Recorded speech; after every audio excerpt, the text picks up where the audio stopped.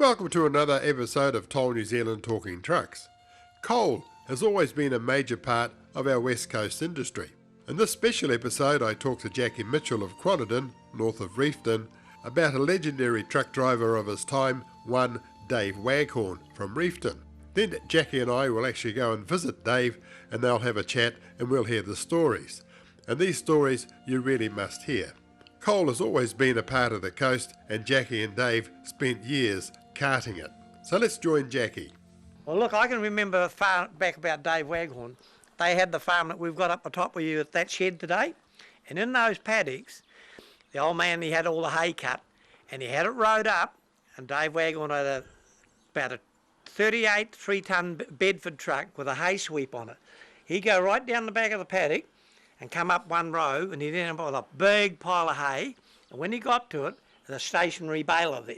And there were 2 or 3 guys hand forking that hay into the machine, 2 jokers tying the bales with wire. You had to wire it up and take it out and stack it. And I'm not too sure how they drove the baler, whether they drove with another Fordson, drive with a stationary baler. And Dave Waghorn, he could bring massive rows of hay up with this Bedford truck. You couldn't believe it. He was a top-notch driver. Did he cart coal as well? He carted coal.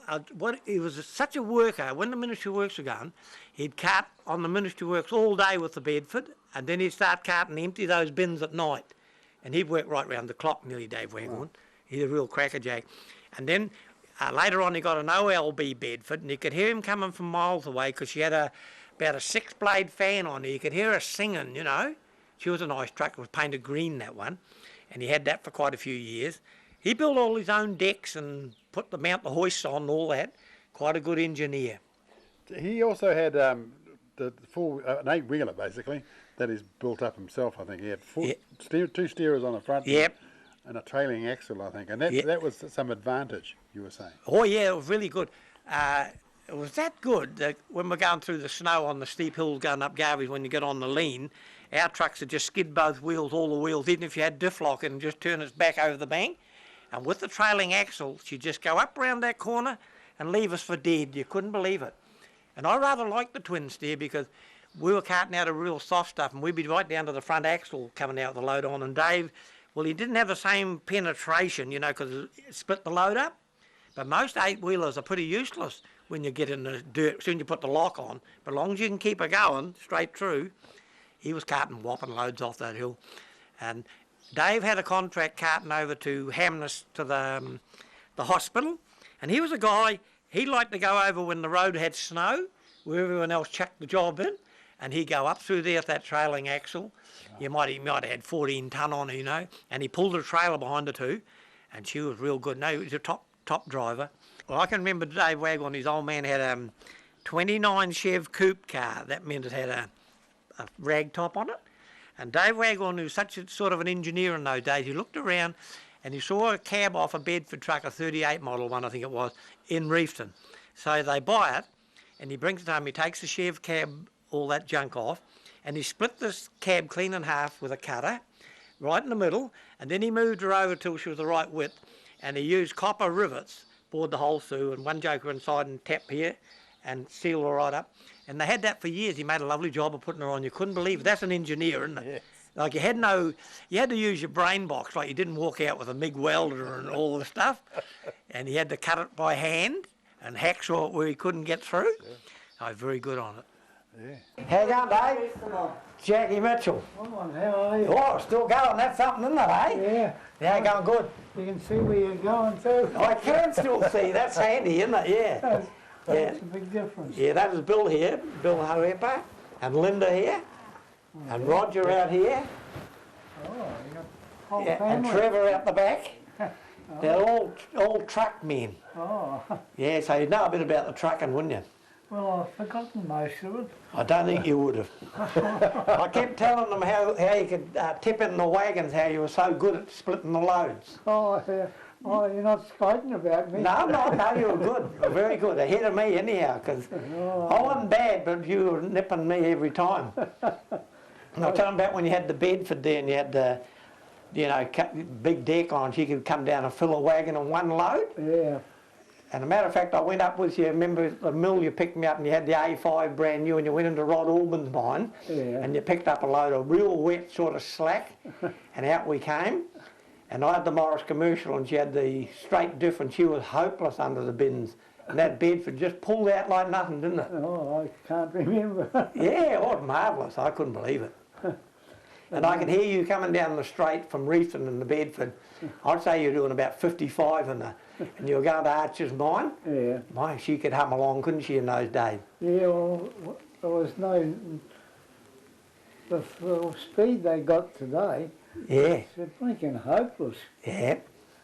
And I remember when you came up one day and you had 4 brand new dual-purpose Firestones on the back. Oh, yeah. Gee, that took my eye. 4 brand new dual-purpose and had the nice grippers on the side. Yeah. I was kinky on tyres in those days, you know, looking around lorries and it looked really good. So what did you have on yours? I ended up getting them on there too, and when she come new she had old smooth tread tyres and it wouldn't go anywhere, you know, bogged all the time. And I remember coming down Specimen one day in the long nose one and it was snow, and when I took the corner at the foot of the hill there, she was going round sideways. I thought we'll never get round, but she got round, you know. Oh, yeah, the good old days. Yeah, could you remember the old Leyland Cub I was driving? Could you remember Albin's Leyland Cub? Yeah. My God, that was a truck and a half, that one. I came down Specimen one day and I was only a bit of a kid, 17, had a full load of coal on and the wheel tracks are still up there. And I put the brakes on and I've taken the corner to the left and she ripped the steering wheel clean out of my hand and it was facing straight over the cliff. And I wound like hell like that and I felt the back do that and then it came up. And those wheel tracks are still on that road today. And if I went down there, it'd be 90 or 100 feet down there. Yeah. Yeah, but she was a beast of a truck, that. But he turned his one over too, didn't he? Yeah, years ago. Remember that little 3-ton Bedford you had a crash in her by Dixon's house? Can you remember that? Oh, yeah. A load of coal on, screen coal. Yeah, that's when the road gave way. Yeah, alongside there. I was talking to the grader driver. Yeah, that's a while ago, by God it was. Yeah. But she was a good time carting the coal, wasn't it? Oh, yes, it was all right while they could see. Yeah, I liked it. Well, I said you were one of the best truck drivers I'd ever seen. Oh, shit. Real nippy on it, weren't you? Can't Crikey. make me head swell. No, it was though. It was real good. And you were one of the best mechanics, weren't you? Well, I did all my own. Yeah, and it was still going at the end of the day. That stood something, didn't it? Stood the time. Yeah, even when I sold them, I still did all the work on them. Yeah, no, very good. But the Bedfords, you had a marvellous run with them. Yeah, well, I didn't want to change because I didn't have any trouble with them. No. Couldn't wear them out in those days. No. But I remember carting coal to Nelson with that blinking WHG Bedford. Yeah. It was only a 3-tonner. And I put 4 ton on it and go to Nelson and I had to use number 8 wire to hold it in first gear going over the hub. That wasn't bad. And I had to use the wire to come back downhill with the weight on too. Yeah. Because the brakes wouldn't stop you. Yeah. I can remember you though, Dave, you'd working on the Ministry of Works, and I think it was an OLB Bedford. Yeah. A green one, had a big fan on, you could hear you coming a mile away. Yes, yes. Fair singing, and Yeah. you do a full day on the Ministry of Works, and then at night, half the night you'd be carting coal, Yeah, and then back in the morning, back on the Ministry of Works again. yeah. My God, that was work, wasn't it? It certainly was. Yeah. Nowadays, they wouldn't even go to work if they had to work long hours. No, that was long hours. And you had to fix your truck in between it, didn't you? Yeah. Anything going wrong, get it trimmed up. I remember one of those blades flew off the fan when I was going up Specimen, Yeah. and the blinking thing flew off and put a hole through the side of the bonnet. Oh yeah, through the side flap. Yeah, and anyway, I thought, oh, well, the best thing I can do is break the opposite one off. Yeah. That's what I did and carried on. Yeah. I just balanced it. Yeah, balance it. Otherwise you go mad. Yeah. Yeah. We could hear that truck coming miles away with that big fan on it. Yeah, Oh, that Bedford up there, she's a nice truck. That's a KM, isn't it, that one up there? I don't know what. Twin bumpers on her. Eh? Oh, that one. Oh, yeah. Twin bumper bars. Can you see your eyes good enough there? Got twin bumpers? Yep. She's KM. Very nice. What a big deck on her, eh? It's huge. It was 21 feet, I think. 21 footer. That's huge, isn't it? Big thing. Hey, crikey, yeah. And you had the other Bedford before that, Dave, and Steel Brothers put a trailer and axle under a York axle. Remember that? Yeah. It went good for you though, didn't it? Yeah, it went well. This is what one day when it was snowing up Garvey, Jimmy and I had the 6-wheel Fords, and we said we'll have Dave buggered today because the snow's there. Yeah. You won't believe it. The 6-wheel Ford, as soon as we hit the corner like that, they spun the wheels and turned around, slid over, and Dave Waghorn went straight past with the trailer and axle and left us dead. On the hill, that took some believing because the trailer and axle kept the wheels in line. Yeah, well, Remember that? Yeah, well, I went to Hamner one night, and the road was closed with the snow, and that was when we had the big snowstorm. Yeah. And I got up the Rahoo, and the wrecker was stuck, and the grader was stuck in the snow, and they said, "Where do you think you're going?" I said, "To Hamner." They said, "You bloody well can't. You can't go past us." And I said, "Why?" "Because you can't get past." I said, "Well, I'm going past." So I went past, and I got to Horseshoe Lake, and the snow was having me on going up the hill there. Yeah. And anyway, I got out and shoveled a couple of shovelfuls of coal under the wheel, and got away again. I got to the top of the hill, and the grader driver's stuck on the snow. And he said, "What the hell did you come from?" I said, "Reefton." He said, "You couldn't, the road's been blocked all day." I said, "Well, it's my wheel marks are there if you want to go back." He said, "No show." He said, "I'll tell you what though, my wheel tracks are back to Hamner," but he said, "You'll never get up the Hamner Hill." And I said, "Why not?" And he said, "Because it's bloody blocked and snowed in." Anyway, I got to the Hamner Hill, and the snow was quite thick, but anyway, that old thing, it had the trailing axle on it, and it was still going, and there was a round stone in the snow, and I run the wheel over that, and there was a clonk, and I thought, that's a strange sound. Anyway, she kept on going, so I kept on driving, and I went into Hamner with the coal. They said, "You're 2 minutes late." And they said, "Well, we're just going to close the fire down." And I said, "Well, I told you I'd be here." And they said, "Yeah, but everybody else said it was impossible to drive through."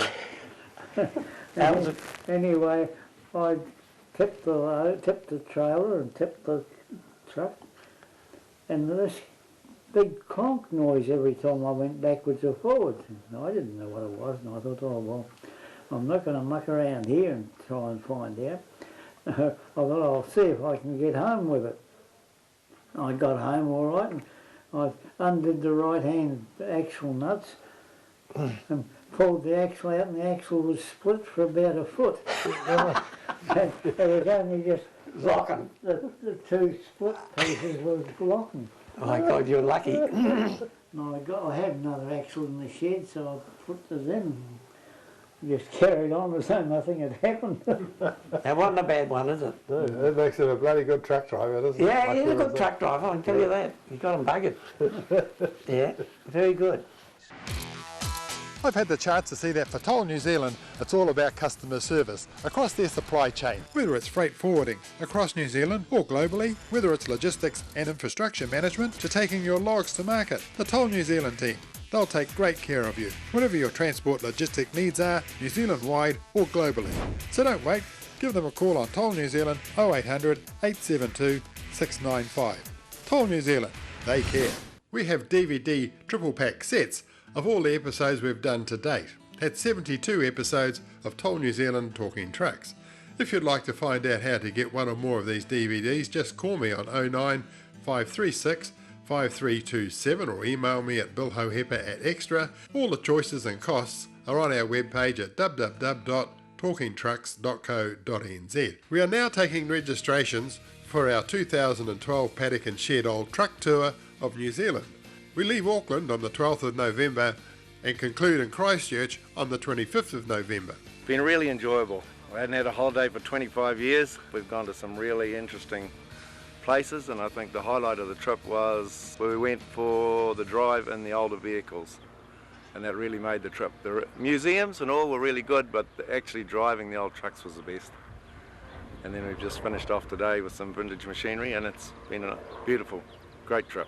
So to find out more, just check out our webpage at www.talkingtrucks.co.nz or email me at billhohepa@extra.co.nz or just give me a call on 09 536 5327. You got them buggered. Yeah, very good. No, very good. Hell But yeah. they didn't give you any credit for anything like that. No, It was just part of your job. that's it, yeah. No, it was very good. Well, we were amazed with that trailer and axle where it could go though. It was Yeah, brilliant. well, it got over there when all the others were stuck in the snow, couldn't get there. We Yeah. towed the trailer over. That's pretty good. Yeah, where did you start driving, Dave? Eh? Where did you kick off driving? On Specimen Hill. Up Oakman, a real dangerous place. I remember they sent a traffic cop down, or two of them down from Wellington to put me off the road because they heard I was only 14, I was driving. And anyway, one of them went for a ride with me up. It was up on the top mine, the dip with the winch. Oh yeah, that's Auburn's one. Yeah, Yeah, and a steam boiler in there. eh? Had the steam boiler pulling the winch, had the winch working. Yeah, well, Dad was working there too. He was Yeah. in the boiler.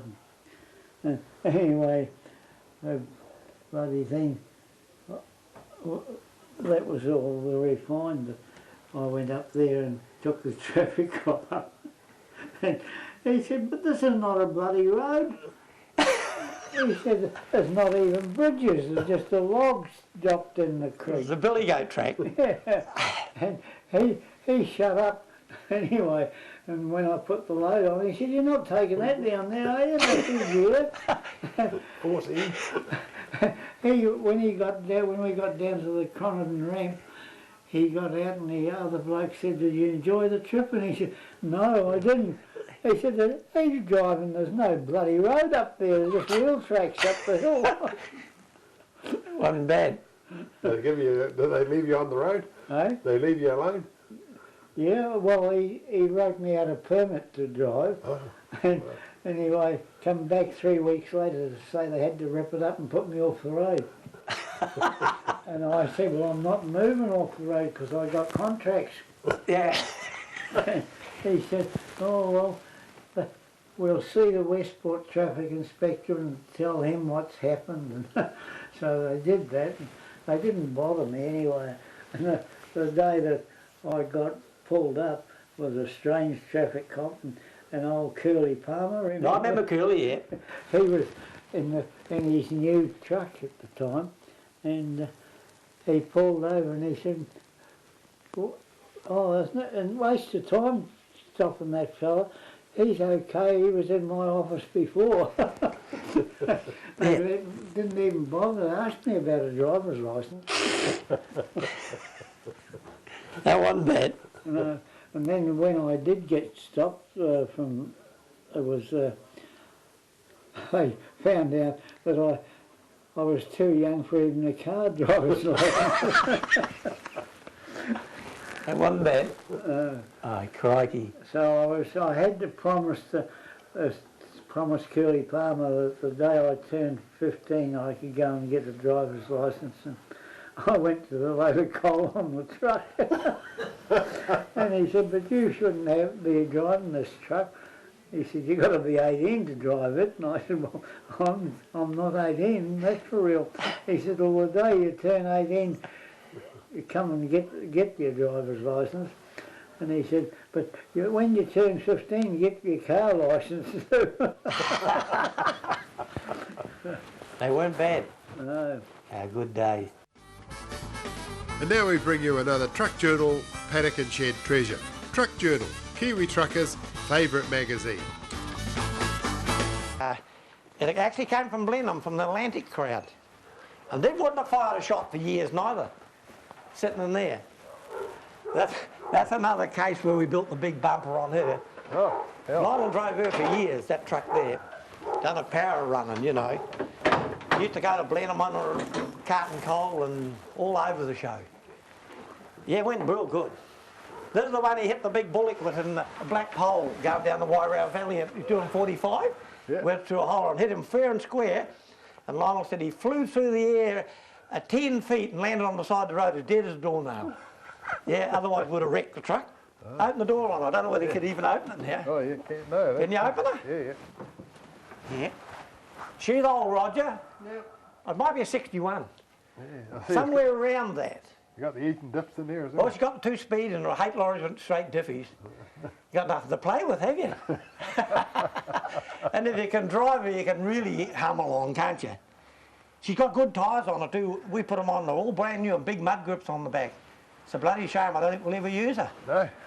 See the front board there? I built that front board. See the hand grips on it? Can you get in there? Well, I probably can. Thames Trader. Oh, good motor on that, mate. Real nice. I'm in. You're in. I am. It's a wee bit like the S Bedford, isn't it? It is. Very much. Feel like I can actually touch the pedals and change the gears here. Yeah, whereas that's the it, yeah. S-Bedford, it was just a little bit tight. No. Yeah. No, by crikey, you wee wild. I see you've got your reg counter just sitting in front of the... I put that in there. I loved it there. Yeah. They used to be down the side. I took it out of there and put it up where you're looking straight at it. Yeah, so you're using that rather than the speedo. Right on the hammer. Yeah. And that's the lorry that we had made the exhaust brake overnight out of a 2-inch valve and went down through the side and the handle was in the cab and just wind it down. Yeah. Oh, we've done a lot of things in there. So you made your own exhaust brake. Yeah, made our own. Good yeah. idea. Oh, it worked good. And then we got onto the Clayton DeWandry ones later when they came out. Yeah. It was a vacuum one we had on this truck. So I think. you never entertained having the water dripping onto the No, onto the another brake guy had the water, but we didn't worry about that. We had a good run out of the brakes all the same. They went real good, the lorries. Yeah, real good. Yeah, that's got about a 17-foot deck on that truck. And we put different power brakes on them too, bigger ones, because the original ones seemed to be too slow coming on. And we put bigger ones on to make them bite on better. Now they're good. Yeah, the hard part, getting out of the bloody thing. You'll have a job getting out. See how we put the little hooks up there to tie the rope on with cart and hay and all this rubbish? I know we had quite a good go with them. The little little hub steps are quite good, Yeah, aren't they? and this one's got a heavy, big hubs on the front axle too, the same as the other one up the front. Oh, right, eh? Same size as the D1000. And we altered the exhaust system on a hollow gut style to put a long tailpipe on her with a bend, and she's got a nice cackle. Oh, she was lovely. You can hear her coming up there. Brrr, you know. Yeah, no, very good.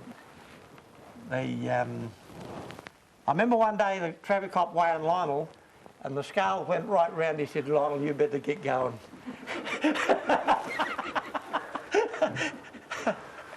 Well, marvellous what they could cart.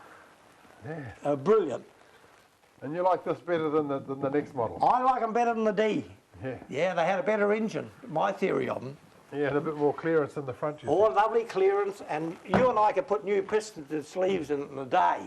Where the Ford D had to send it away and get it rebored, he went back ways on the motor, you know. And the wet sleeves cool, the water system, they cool faster, you know, it's dead block just sitting around. No, I liked it. Had a lot of fun with it. Bit of V-conditioning here. Oh, that was good, but you had to be careful when you open this, and the summer and a wasp flies in here, hits you straight in the leg. So you got to put a wee screen in there if you've got a lot of wasps around, because we've had that happen. Or got the leg of your pants, boof. Not good.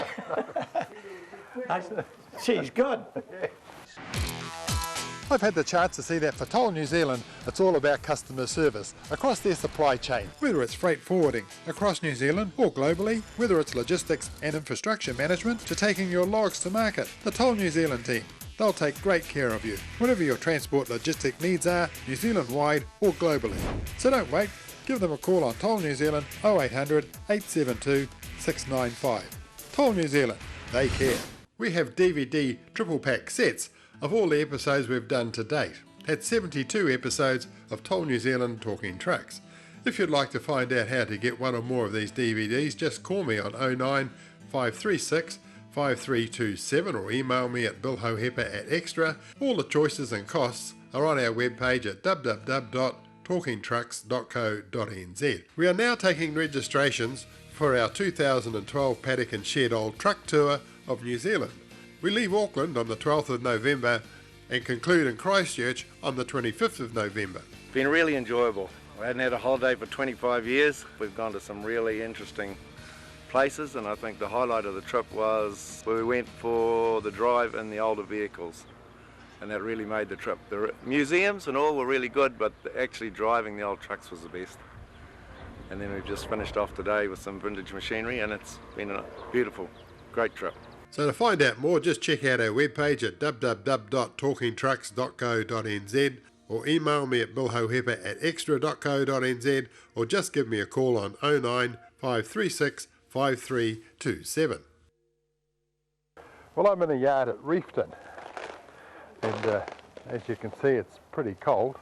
And this is a 1990 Hino, which is nothing flash about that, but the unusual thing that I've found about this particular Hino is it comes with the old artillery wheels, and it's just interesting that the Japanese would actually produce a truck with artillery wheels like this has got. So maybe if you can throw a bit of light on why they came out, or you know something about that, there's the contact details, give us a yell, and we'd like to find out a little bit more about the unusualness of artillery wheels on the old Hino. Maybe it's a different cab or something. But they cart bulldozers and things around down here, the old Mitchell and Donaldson. Mitchell Brothers and Donaldson. Lionel Donaldson, and that's whose yard we're in. Does firewood, and as you can see over there, it's typical Reefton weather. Snow and ice. And it turned out to be a delightful day. It's about lunchtime and the fog's just cleared, and so we went for a very nice afternoon. But I thought that was just something quite unusual. Artillery wheels on a Japanese truck. Now that's all right, isn't it? Yeah. Oh well, Jackie. That's very good. Thank you very, very That's much. very good. Once again. That was a good job, Linda, wasn't it? Well, there you go, folks. It is high into Reefton. It's Yeah. middle of the winter. There's plenty of snow lying around. But Oh, yeah, the a snow. beautiful day. Damn good day, by God, yeah. A good frost, though, by crikey. I'd like to take this opportunity in thanking Dave Waghorn for receiving us so readily and telling us some of his amazing truck driving experiences. And a special thanks to Jackie Mitchell for his invaluable contribution to this particular program. And Dave Waghorn, he could bring massive rows of hay up with this Bedford truck. You couldn't believe it. He was a top-notch driver. He was such a worker. When the Ministry Works were going, he'd cart on the Ministry Works all day with the Bedford, and then he'd start carting empty those bins at night. And he'd work right round the clock, nearly, Dave Waghorn. He's a real crackerjack. And then later on he got an OLB Bedford, and you could hear him coming from miles away because she had about a 6-blade fan on her. You could hear her singing, you know. She was a nice truck. It was painted green, that one, and she was real good. No, he was a top driver.